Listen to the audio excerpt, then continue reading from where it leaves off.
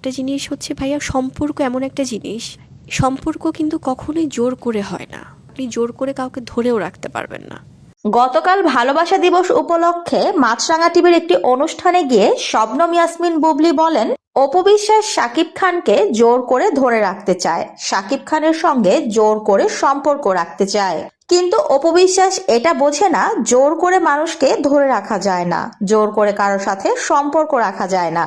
অপু বিশ্বাস তো ডিভোর্সের পর অনেকভাবেই চেষ্টা করেছে শাকিব খানকে ধরে রাখার, শাকিব খানের সঙ্গে সম্পর্ক রাখার, কিন্তু তিনি কি সফল হয়েছে? আপনারা কি কখনো দেখেছেন শাকিব খান অপু বিশ্বাসের দিকে ফিরেও তাকিয়েছে? বিভিন্ন সময় আমরা বিভিন্নভাবে শাকিব খান এবং অপু বিশ্বাসকে একসঙ্গে দেখেছি। তারা নিউ ইয়র্কে আব্রাহাম জয়কে নিয়ে ঘুরতে গিয়েছিল, সেখানেও আপনারা দেখেছেন শাকিব খান শুধুমাত্র ছেলে জয়কে নিয়েই ব্যস্ত ছিল, অপু বিশ্বাসের দিকে তিনি ফিরেও তাকাননি।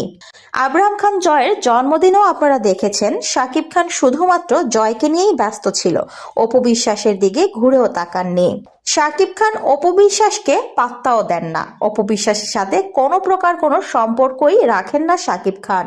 শুধুমাত্র আব্রাহাম খান জয়ের জন্য যতটুকু কথা বলা দরকার ঠিক ততটুকুই বলে। কিন্তু অপু বিশ্বাস বারবার এটা বোঝানোর চেষ্টা করে শাকিব খানের সঙ্গে তার খুব ভালো সম্পর্ক, শাকিব খানের সঙ্গে তার খুবই ভালো সম্পর্ক, কিন্তু আসলে তিনি এটা বোঝেন না যে জোর করে মানুষ ধরে রাখা যায় না, জোর করে সম্পর্কও টিকিয়ে রাখা যায় না।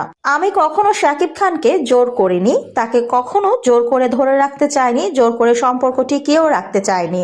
আমি বরাবরই বলে এসেছি, যদি সম্পর্ক শাকিব খান রাখতে না চান তাহলে উনি এটা ক্লিয়ার করে বলে দেখ, বাস এতটুকুই।